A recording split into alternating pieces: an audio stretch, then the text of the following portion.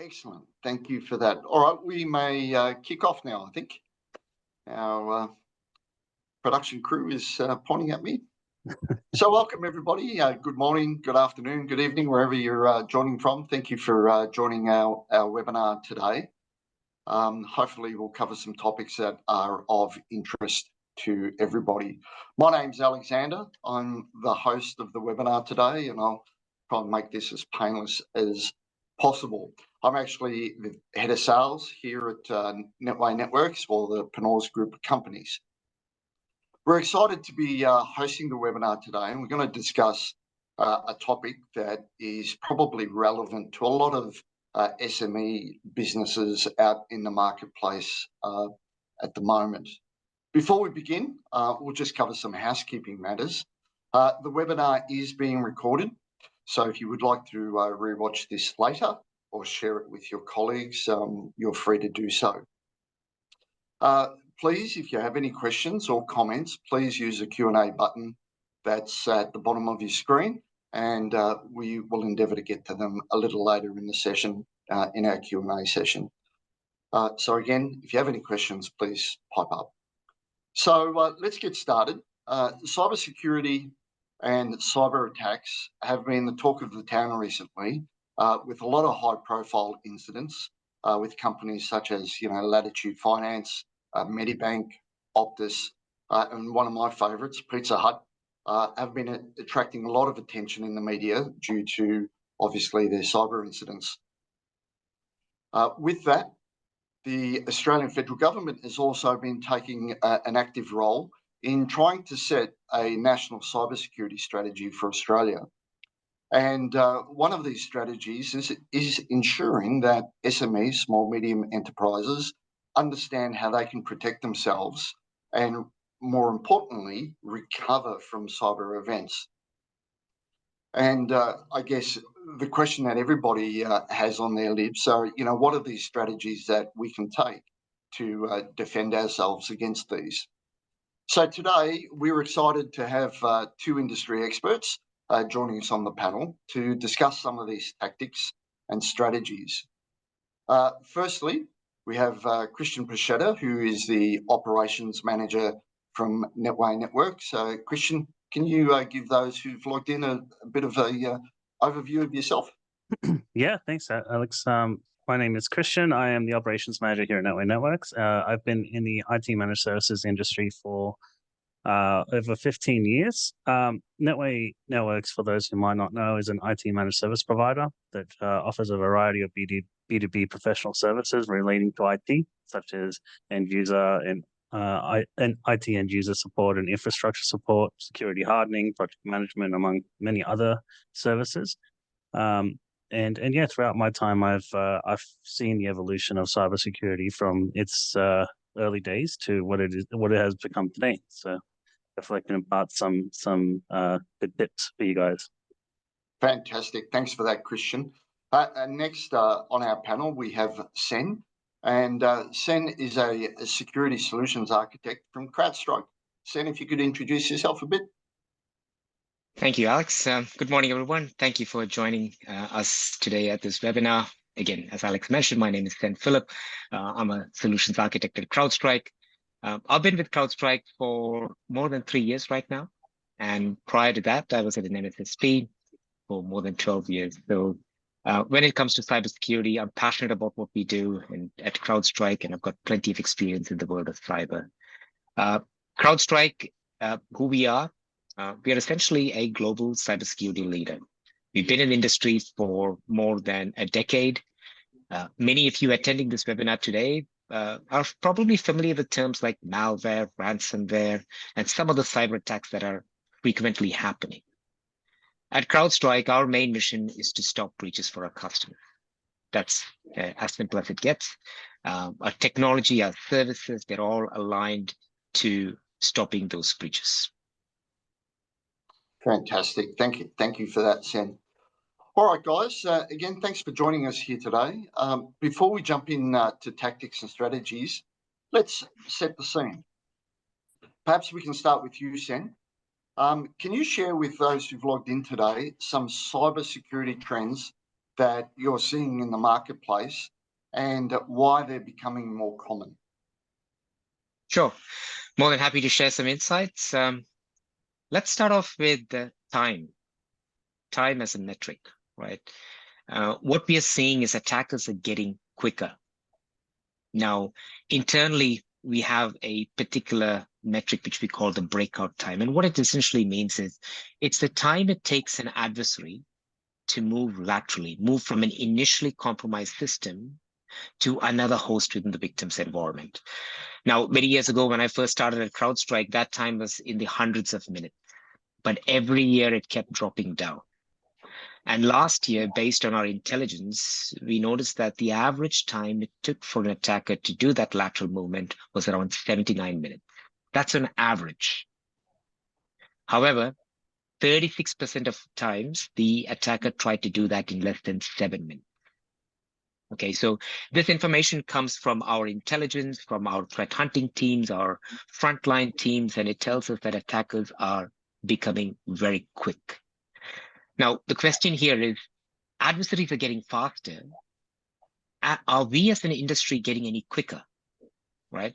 Now, if you think about reports like the IBM cost of a data breach report, it takes an organization around, on average, 266 days to detect an attack, with 197, to find out that an attack actually happened. 197 days to detect. And here we've got threat actors trying to do that in 10 to 80 minutes. So that's something we need to be aware of. The time is shrinking. The second thing here I'd like to bring up is the ease with which attackers can get into an environment. Now, many of the attendees on this call might be familiar with phishing campaigns and social engineering. They still work, right? The people, unknowingly or knowingly, they just click on links or accept attachments and share out some of these credentials or sensitive data, right? Now, 80% of all breaches use these compromised identities, stolen credentials. Many of these stolen credentials are available in the dark web, right? Many customers just don't know about this, but these credentials are often being siphoned and they're stored in the dark web for a particular amount of money. And a malicious actor can go and easily purchase them and use those credentials to get into an environment, right? Now, the third step I'd like to point out is adversaries are not only getting quicker, but they're getting more sophisticated. And what I mean by that is, many of us here have been in the cyber industry for quite some time. They're all familiar with malicious files and malware, banking trojans like, Zeus and Emotet. They've been around for a number of years. Attackers are not using them as much.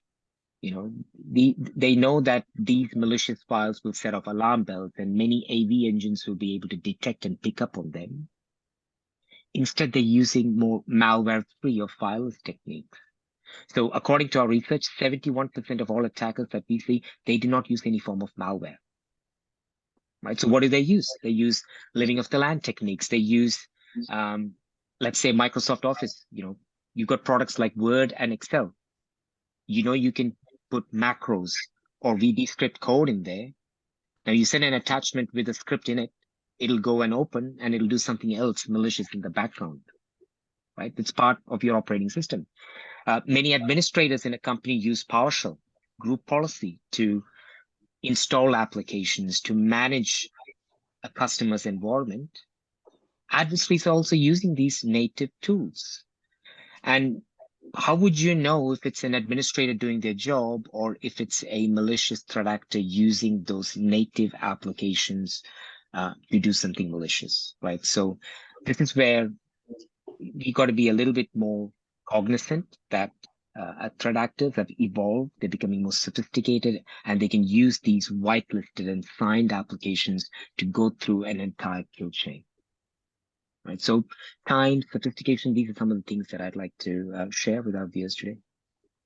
Excellent. Thank you for that, Sen. And Christian, just based on what Sen has shared with us, is that what you're seeing in the marketplace as well? Yeah, most definitely. One of the things that I think Sen highlighted quite quite eloquently is the fact that, you know, these attacks are becoming more sophisticated in the industry. There's actually a black market for a lot of this cybercrime to occur, where, you know, you have conglomerates of access brokers, phishing kit developers, malware developers, and just all different types of encryption software that's being developed by these organizations in order to then infect companies. So you can literally get cyber crime as a service realistically, and pay a developer to develop some encryption software for you, and then you can leverage that yourself to then attack other companies. So it's very low barrier to entry for anyone who does want to engage in cybercrime. And it's becoming more and more of a market given by the profitability. Yeah. So with that said, we know that, you know, from the from the Australian Cybersecurity Centre, in the last financial year, in their report, they stipulate that they've had 76,000 reports, which is a huge amount on its own. But they've reported that's a 14% increase from the year prior. And we're seeing that trend in the industry, as especially in Australia, where we're becoming more and more targeted.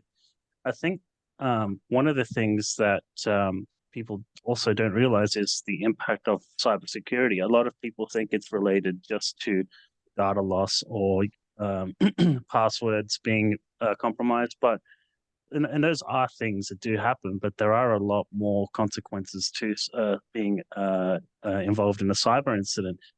There's legal ramifications at times where you have certain scenarios where there might be class action lawsuits as a result. You can refer to Optus, who's recently been in a class action lawsuit due to its data breach. You have loss of intellectual property that can occur.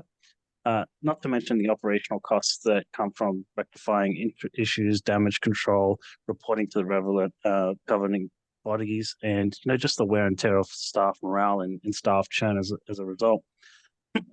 As a business owner, one of these is bad enough, but then, you know, you add a lot of these together, and it can become quite an overwhelming thing.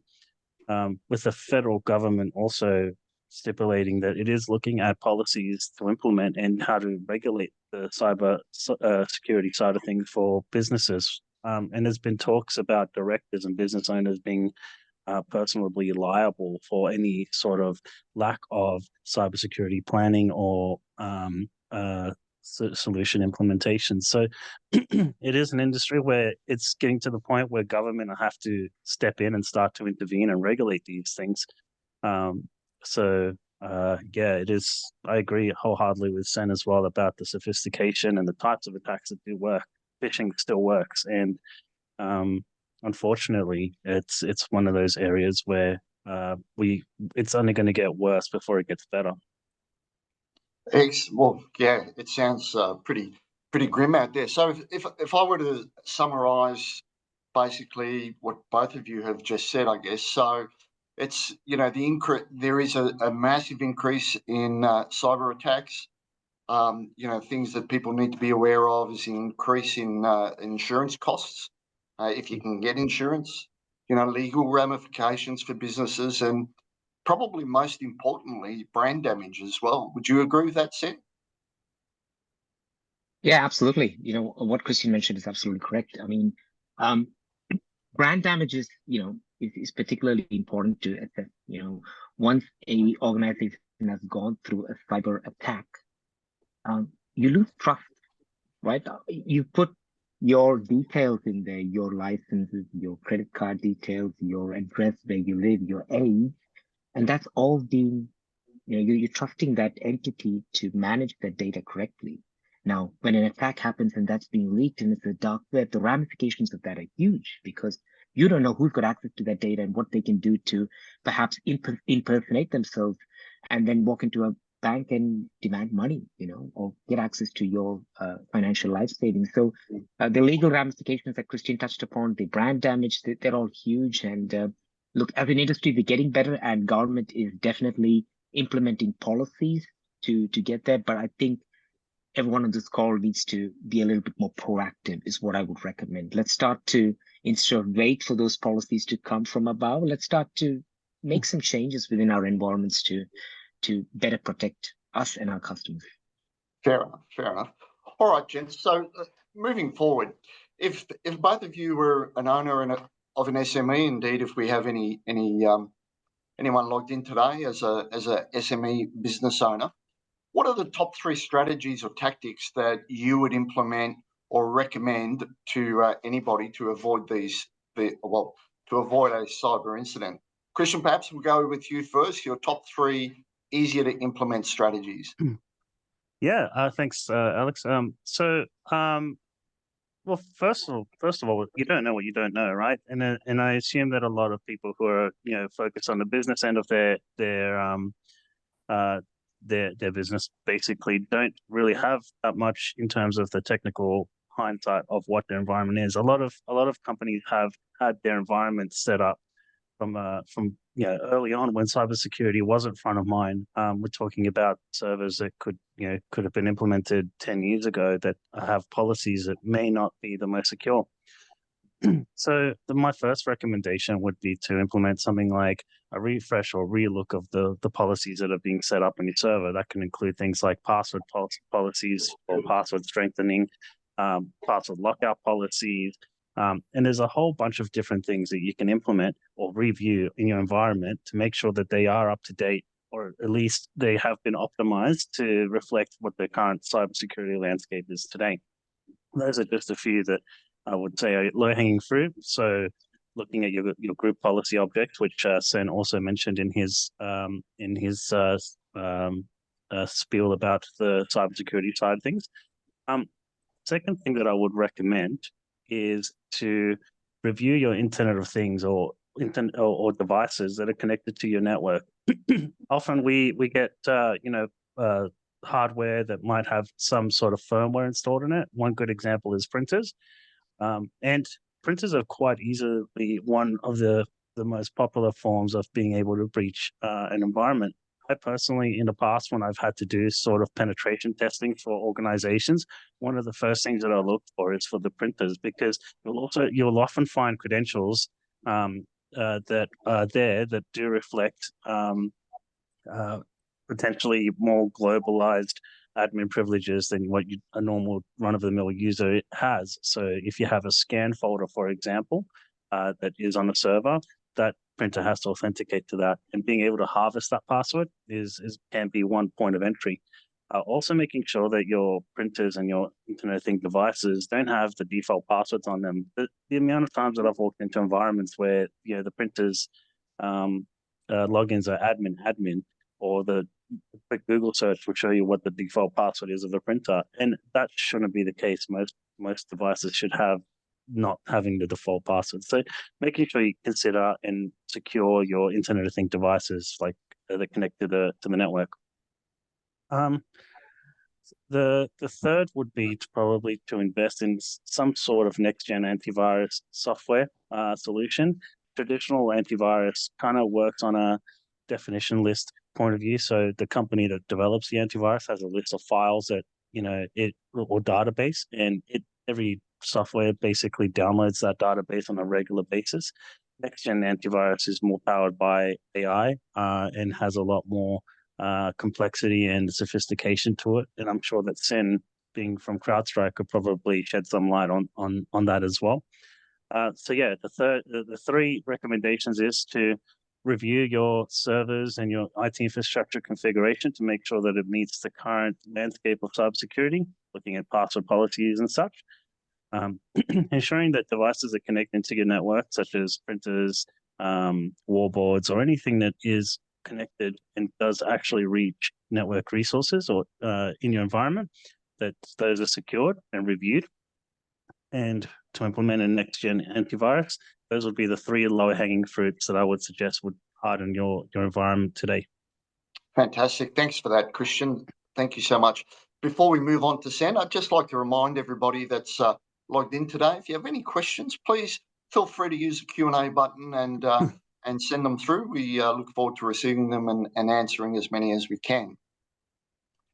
Based on what Christian has just put out there, Sen, what are your thoughts about password policy, office peripherals, and antivirus software? Yeah, no, Christian's outlined it very well. I'll go back to the problem statement that I outlined earlier, and look at how organizations can combat that. I mentioned earlier that an attacker takes around 10 to 79 minutes to move laterally in an environment, and that's quite damaging because if you're a defender, you don't know where exactly an attacker's gone in an environment, what backdoors they've planted, how do they maintain persistence? In case you close off one door, they can come out through another door, right? And get access to an environment. So invest in technology, as Christian mentioned, I totally agree with him. Invest in something that can detect these attacks at the earliest, okay? And also have the capability to prevent them quickly. Now, for the attendees on this call, I would recommend, everyone's different. Have a list of success criteria. What defines you as an organization? What are some of the things that you require as part of your security suite? Do a proof of value. Find out if it actually works. Test and test before you actually implement any solution, be it CrowdStrike or be it something else, right? So always ensure that you're aligning your business values to success criteria to getting those results with whatever solution that you invest in. Now, technology is only one part of the puzzle. I mean, everyone who's got a budget can invest in tech, but you also need the right people to configure, manage that tool set in the long term, right? So that's where, I'd encourage, look at partners like Netway. You've got the IT experience, you've got the cybersecurity knowledge, you've got the skill set to do that, right? When we think about the industry right now, particularly with cybersecurity, it's hard to attain and also retain skills. There is that skill shortage in cyber in particular. So a trained partner that does this for many customers repeatedly will have efficient processes and skills to manage a customer's environment. So not only technology, but the people and processes is also important, right? Someone's got to do something when those detections come up. Make sure you've got the right people to do it. The second thing I point out is visibility into assets and applications, right? You can't protect what you cannot see. And for many organizations, small, medium enterprise, visibility is a key challenge. Okay, you've got staff growth, people coming in and out. You've got people using multiple devices. Sometimes mergers and acquisitions happen. There's digital transformation and the move towards cloud-based assets. There's OT environments. Christian touched upon that as well too. Attackers are looking at what is left behind, what is unmanaged. All right, what is something that IT security is not looking at the moment. Again, from our frontline teams, this is based on our intelligence, 25% of all attacks that we saw last year stemmed from unmanaged assets, new employees, third-party contractors, rebuilt machines, right? It could be a decommissioned server. You spun up a server for a particular project. You maybe deleted the data, but you didn't completely disconnect it from the client network. That could be an avenue. Many customers use WordPress to document their portfolio products and things like that. And if that's not being actively monitored, that's connected to a server. There's plenty of vulnerabilities with WordPress. If an attacker gets access to one of those vulnerabilities and uses it, they get into a network, right? So look at assets, look at applications. I mentioned before, adversaries are increasingly using these tools for remote access. Now, one interesting fact that we saw last year was many of these threat actors, they've started to now use legitimate remote monitoring and management tools. All right, so we all work from home, right? So if I've got a problem with IT, I call them up and they say, let me use one of these tools to go and fix your problem. They're legitimate tools, any desk, TeamViewer, VNC. Adversaries are also using these tools. So how do you now know if it's an enterprise administrator doing their job or if it's an adversary using the tools to blend in amongst the noise and avoid detections and then maybe get access to your sensitive data or deploy ransomware? So look at your applications that are running in your environment. If they're not required, just remove them, right? Last one for me is around identity-based attacks. I spoke about that earlier on, the use of compromised credentials and stolen accounts. 80% of all these attacks stem from valid accounts. You look at some of those high-profile breaches that have happened, and you investigate them a little bit more, you're going to find out that it was identity that led to that particular attack. What's even hard to detect is it takes an organization roughly on average around 250 days to detect these identity-based attacks, because it's a valid username and credential that you use. Now, if someone else steals and uses it, how do you know, right? Till there is a breach, and then you go back and find out that, oops, that was the account that was used. So look at your privileged accounts, your service accounts, understand what those privileges are being used for, and tie into that as well.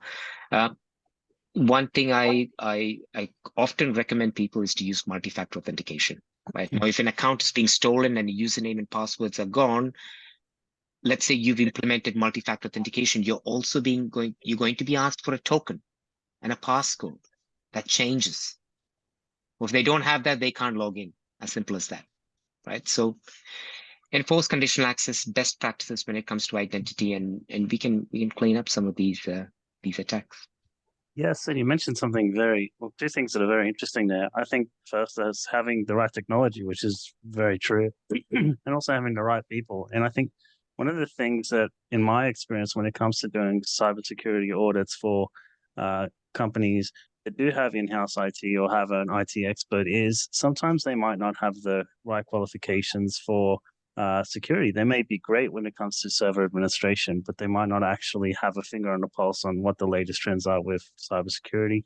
And sometimes you can see some complacency with some IT people, where they have an environment, they've set it up, and maybe they have things that haven't been well managed in that environment, or haven't been decommissioned properly. So that's sort of the stuff that we've seen that people can take advantage of if they are an attacker. And you're 100% right in terms of the monitoring and management software, the team viewers, the AnyDesks, and whatnot. We ourselves use our monitoring and management software that we constantly administer, and we have stale agents. We have alerts for stale agents to let us know when there is any sort of application or monitoring software that doesn't that hasn't been active or is no longer relevant. So we do audits internally as well. Whereas I'm not sure if someone who is working as a IT engineer might do the same sort of checks and balances that, as an organization, we have to do to make sure that we're doing the right things from a security point of view. But yeah, very good point. Good point, Christian. And on that, it made me think about something else, right? So when we talk about skills and knowledge with servers, many enterprises are also using cloud. Okay, so gone are the days, not gone, but they're more using a hybrid sort of environment where they've got their on-prem servers and they get access to them. But if you spin up services in AWS and Azure, you need to have specific vendor-based skills to manage an AWS environment or a Google environment or an Azure environment, and they're all different.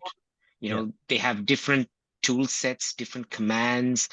They're called blob storage. It's called S3. The way you encrypt that would be different to S3. So the skill sets needed to manage cloud is also is even more harder to get.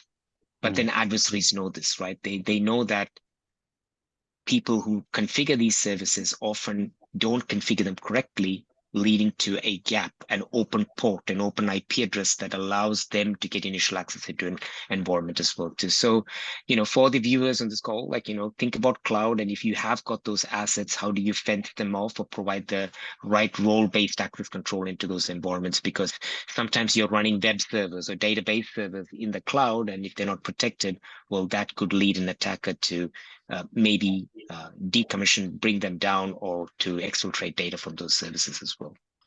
Actually, Sam, you raise a good point there.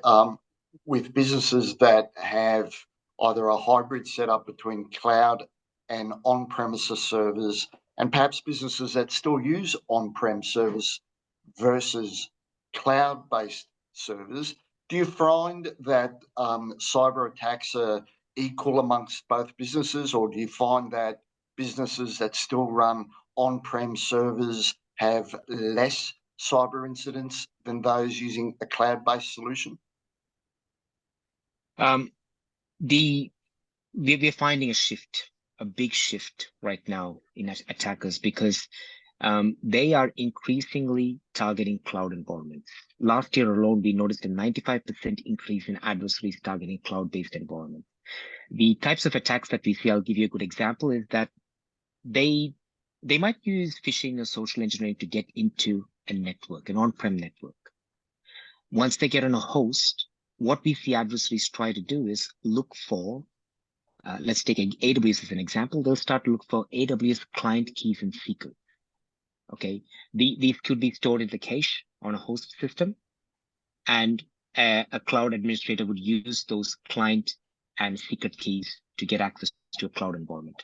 Now, a threat actor who gets access to those cached credentials can ultimately log into those cloud-based assets. And we see adversaries pivoting from on-prem to cloud, now getting access to those servers, the containers running in the cloud, or S3 buckets. But we also see it the other way around. Sometimes they access cloud environments and they move to on-prem infrastructure as well too. But there is a big focus, particularly with the lack of skills and with a lot of misconfigurations occurring with cloud-based assets. Attackers are increasingly targeting those environments as well. There's an interesting stat from Gartner that says, I think 95% of all attacks lead from misconfigurations when it comes to cloud. Just people misconfiguring things, right? And Christian, what about yourself? Are you finding that businesses are pivoting back to on-premises servers, or there's the cloud-based type installation is still growing? Yeah, look, I think a lot of businesses tend to go for a hybrid approach. In my experience, there are some that are fully cloud-based, and there are some that have some elements of cloud and some elements of on-premise, and then you have hardcore on-premise businesses who don't want their data to be out in the public or have any risk of that sort of exposure, so they keep that siloed in-house. But yeah, the most common type of environment that we see is probably the hybrid, where they're utilizing some cloud solutions or cloud servers, but they also have an internal geographic office where they have technologies. And realistically, it's when you look at hybrid, it's basically an idea where you have environments with technology. So you have an office that has network firewalls, have switches, that have all access points, that have all that stuff. And then you have cloud servers, which are connecting from Azure or AWS. So there is, there is a mix, but I'd say mostly everyone, I'd say 90% of people are using a hybrid approach. So with what Sen mentioned about misconfiguration and how that's one of the biggest cause, an extra tip that I would add is that if you do have an environment where you're not sure what sort of cybersecurity posture you have, it's always good to get a vulnerability assessment done, or a vulnerability scan, to check what the current landscape is of your environment. And you might find holes. Like, the whole point of a vulnerability scan is to find weaknesses in the environment, be it misconfigurations, be it passwords that have gone stale, or accounts that are active that have privileges. And being able to do that assessment on a regular basis will make sure that you protect yourself. And that's something that would be you would try to engage an independent provider to do that. So excellent. Something else I'd throw there, Christian, is there's not only hybrid cloud, but there's also multi-cloud. Okay. Yes, that's right. Yes. We've got customers who've got both AWS and Azure, and AWS or Google. So you've got on-prem and you've got multiple cloud service providers, and think about the surface there, right? So that's quite big. 100%. Wow. And then next thing we'll be talking about a multiverse. That's a whole nother conversation. All right. Thanks, gents. Thanks for sharing your thoughts and providing our audience with some useful strategies. At this point in time, we're going to turn to our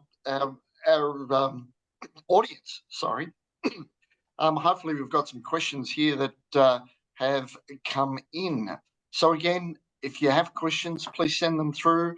Use the Q&A button. And our first question that's come in is, can I spend too much money or too little money on cybersecurity? Christian, we might hand that over to you. Yeah. Look, I mean, every business is different. You can see cases where, it can be under budget. So, say for example, you're $6,000. Let's say $6,000 as a figure. Then you have a 3-person company, right? That might be more than what you need to cover your security in that regard. But then if you're a business of 100 or 200 staff, that's $6,000 is a pittance in terms of how much more you need to protect. So it really depends on the environment itself. There's no real hard and fast figure in terms of you pay 50K and you're going to be secure. You have people like companies like Optus that are spending millions on cybersecurity every year, and they still have breaches. So I think the best approach is not to kind of have a figure in your head, but also go through a consultation process. Not every solution is going to be applicable to every company. Businesses work very differently and leverage technology differently. So the best approach is to have someone go through it with you, talk about your risk profiles, what your risk tolerance are, what the cost of your business is, if it's going to incur a loss from cybersecurity, and measure that against how much is an acceptable cost from a budgetary point of view. If you're a company that's losing $100,000 every hour that you're offline, and then you calculate that the average cyber incident can last up to 3 months to recover fully, you got to factor in total cost of that time, plus the operational costs of what you're paying staff, what business you're losing, brand value, all that kind of stuff. So it's more of a holistic approach rather than just saying, yep, you pay X amount here and what that should be fine. At least that's in my personal opinion. Fair enough. Thank you for that, Christian. Our next question actually comes from Dan. Dan, thank you very much for your question. It's a bit involved, so I'll try to read it out. Bear with me. And having read this question whilst, Christian, you were giving your explanation, I might hand this over to Sen. So, Sen, bear with me. So Dan asks, my basic understanding of security is it often focuses on access, e.g. MFA, identity verification, etc. My concern is detecting when data is stolen, and how is it detected if the access is unknown or is obtained, stopping basically vertical actors. The content is a small business with virtual staff, local and offshore, working in the cloud. So how do they detect that their data has been compromised? Yeah, so I'll take a stab at this question. The best way I would recommend would be to first of all understand where your data is, right? I find when you have conversations with customers and you ask them, where is your data? We get different answers, and in most cases, it's not even the correct answer as well too. Like, where is the most sensitive and proprietary data that you've got? Is it on-prem? Is it in the cloud? Is it a mix of both? Is it on your backup server? Is it on someone's workstation or server? Understand where the data is, right? When you have an understanding of that data, then you can ring fence or put in particular protocols and processes to control who has got access to that data, and if that data is now being siphoned out from that system, right? So, for example, if you've got a bunch of Linux servers sitting in an on-prem environment, I would not put in USB device. I would put in USB device control. I would make sure that there is no USB assets that are connected to it that will allow someone to exfiltrate that data, right? Now, if it's a user that's using systems, then you would put in things like CASB solutions in place to look for if someone trying to access those, you mentioned virtual cloud environments over there, and then try to siphon data, right? So knowing your data where it is a huge task in itself, but understanding if it's sensitive, putting the right controls in place is important is the first step in making sure that that data is protected and it doesn't go into the wrong hands. So that's where I would lead with.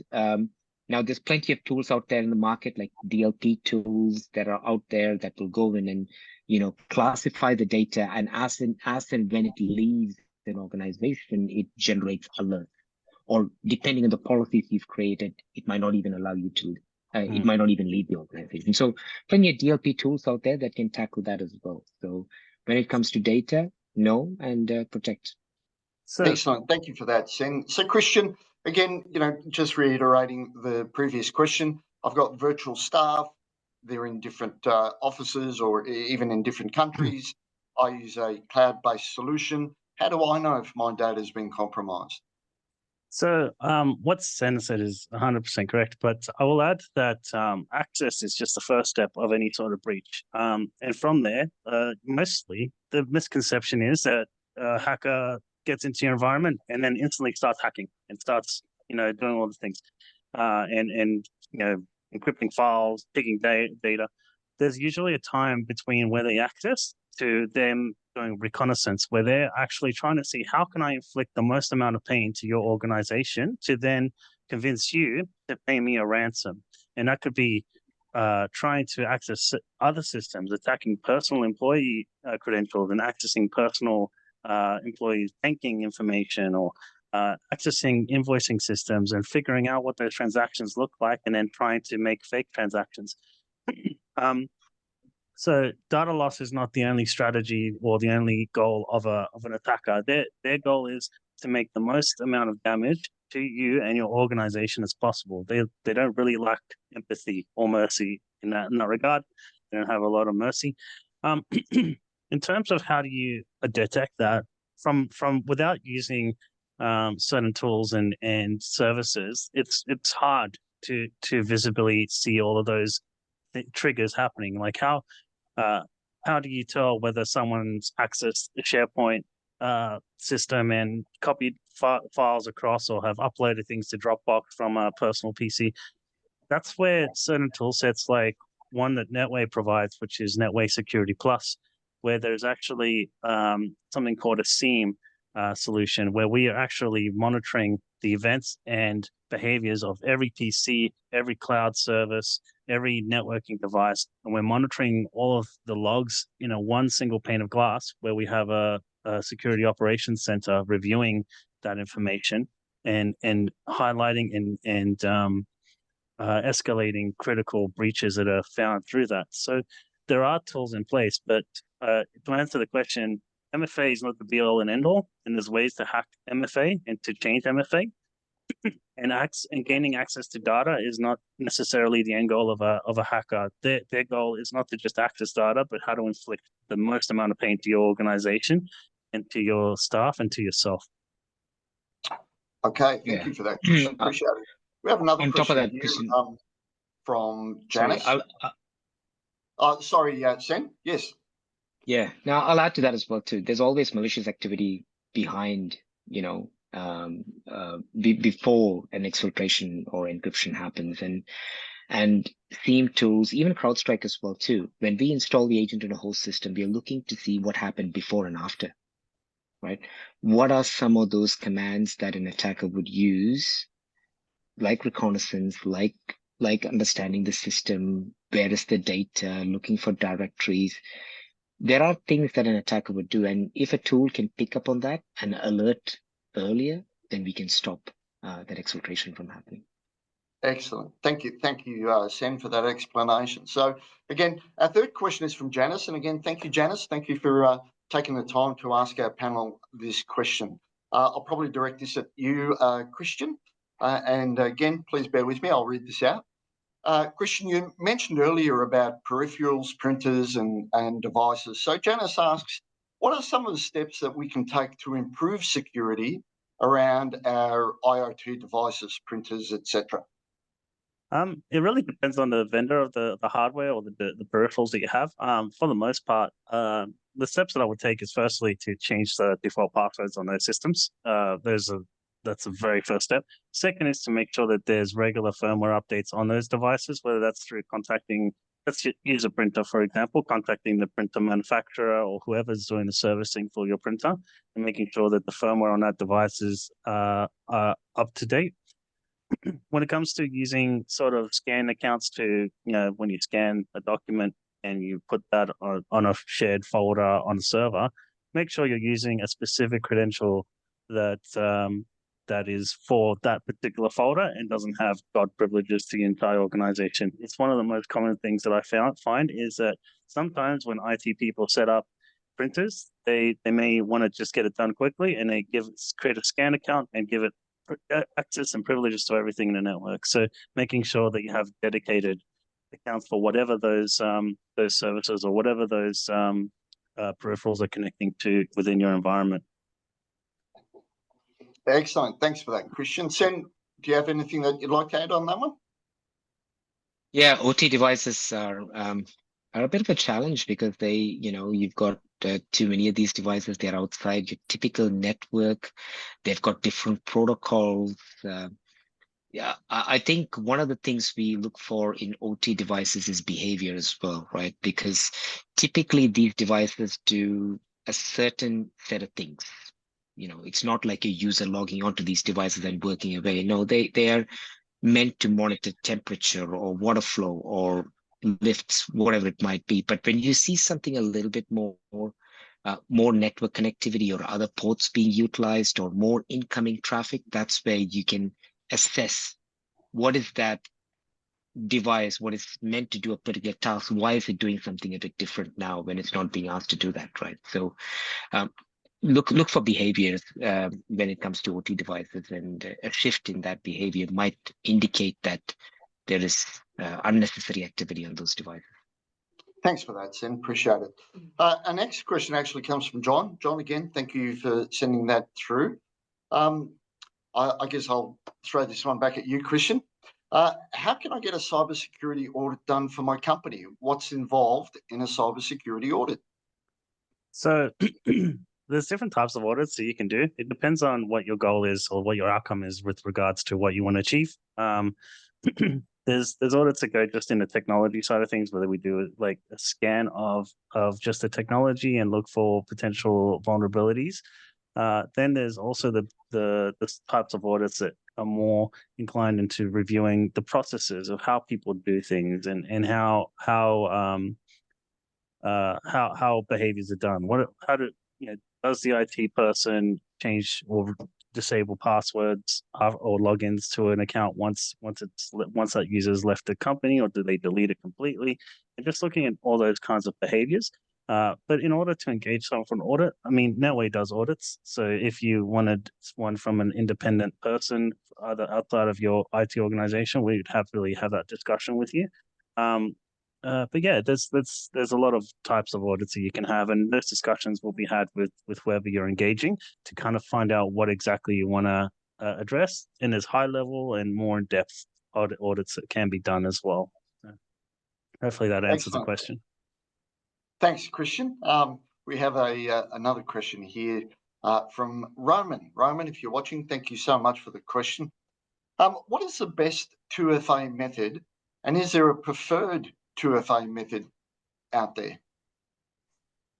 Yeah, so MFA, I would suggest not using text or SMS type of MFA, mainly because it can be easily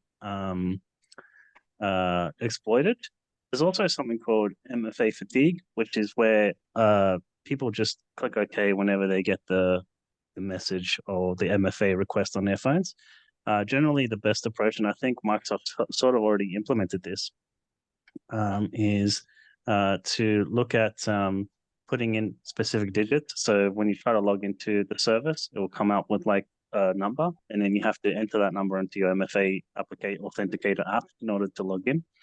There's also different types of levels of MFA. So it can be just on accessing things like Office 365. It can be to access computers as well. Like we can implement MFA on end user machines to make sure that if a laptop's been stolen, that someone can't just get in through the credentials, and they have to actually put in an MFA code that belongs to their mobile. So there's multiple different levels of MFA and multiple different approaches to it. It just depends on how secure you want to be and what your risk tolerance are again. But if you had to recommend one straight off the bat, which one would you recommend, Christian?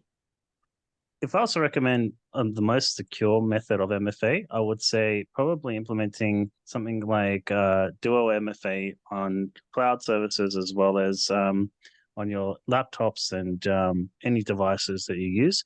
And it integrates with a lot of different other products and solutions out there, but that would be my recommendation. Excellent, excellent. We have a question actually that I'd like to ask.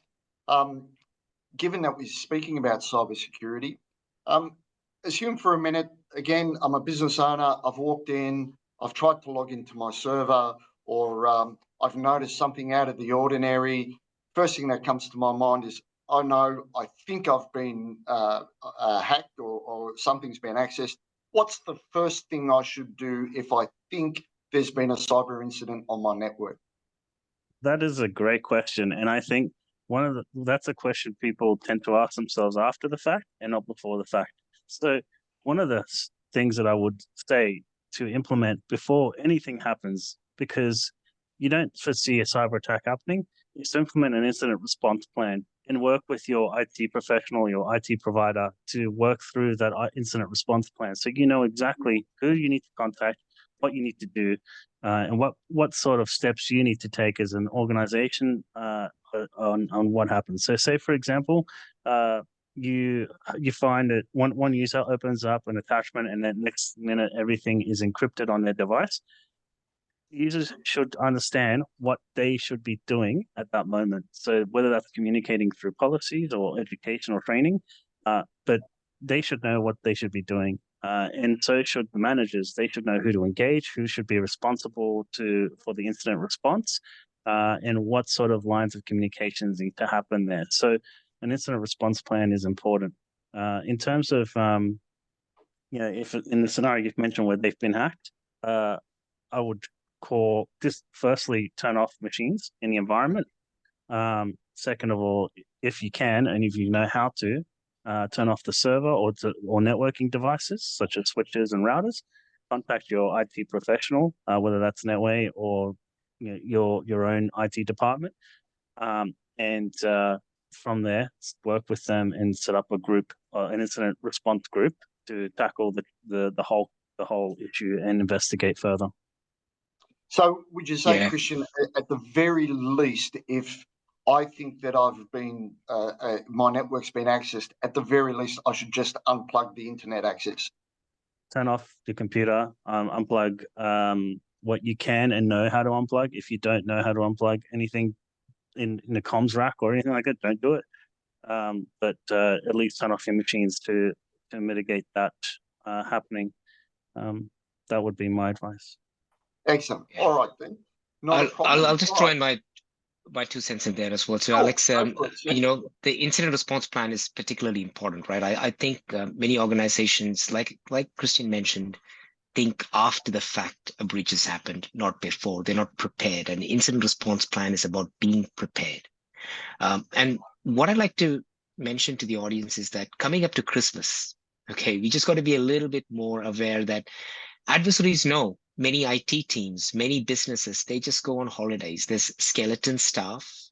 There's not a lot of vendors or services available should you need something when things go wrong, right? So we see internally as part of intelligence, a lot of attacks happening during holiday periods and extended leave, things like Christmas, because there's just very little stuff. So right now, think about if you don't have an incident response plan, how do you get one from a partner such as Netway or anyone else that you trust? Just you look to have those conversations. The next thing here I'd also suggest is practice, right? So even before you have an incident response plan, think about, let's say an attack happened right now in your organization. What would you do, right? What's your playbook? What's your process? What's the first thing that you would do? Who would the technical teams contact? What's the method? But not only from an IT perspective, but also from a management perspective, from a leadership perspective, right? Who's going to make the decision? Who makes the green light to make the next move? Who's going to interface with the CEO and board of directors? Christine touched about legal ramifications. What are my legal ramifications should something happen? Right? Is that a marketing plan or a communications agenda that can be set out should an incident happen? So internally within your organization, there is things that you can do and at least check boxes and policies that you can create, but then also think about a seasoned incident responder who can help you when things go south. Excellent. Thanks for that, Sen. We've certainly come a long way since using the typewriter. Now for our final question, and this is probably for Sen from Jim. Thanks again, Jim. If you're watching, thank you so much for the question. What does next-gen antivirus look like? Okay, so next gen is a term that's been thrown around quite a bit, and now if you try to associate next gen AV, many vendors talk about AI and machine learning, right? So next gen. So ignore all the hype when you hear all these things. I would recommend, again, going back to, you've got a particular business, you've got specific assets and data and success criteria. Think about how you can utilize a solution that can protect you from things like malware, ransomware, but also the more advanced and sophisticated attacks, right? So when I think about a solution, I'm looking for something that has got intelligence built in, right? It understands what are the latest attacks. The solution has gone in and looked at methods to stop those attacks, right? Time, right? If it's a phishing attachment and someone opens a piece of code, how quickly can the solution go and block that code from running, right? So time is important. How much research and investment goes into the product is also important. We hear of vendors that are being acquired and there's less money being put into research and development, but the adversaries are getting more sophisticated. So if there are vendors that are still understanding the adversaries, putting that into R&D and trying to improve that solution set as best as possible, customers get the outcome from that. Excellent. Thanks for that, Sen. Appreciate it very much. Well, ladies and gentlemen, thank you so much for tuning in. That's a wrap for today. I'm cognizant of the time. We're just kicking over the 1 hour mark. So thank you again for attending.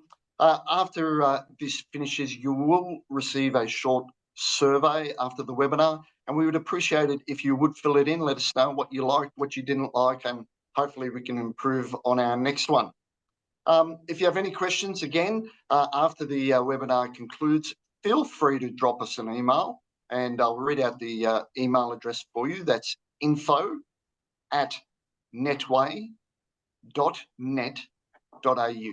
Again, info@netway.net.au, or feel free to pick up the phone and give us a call on 1300 138 929.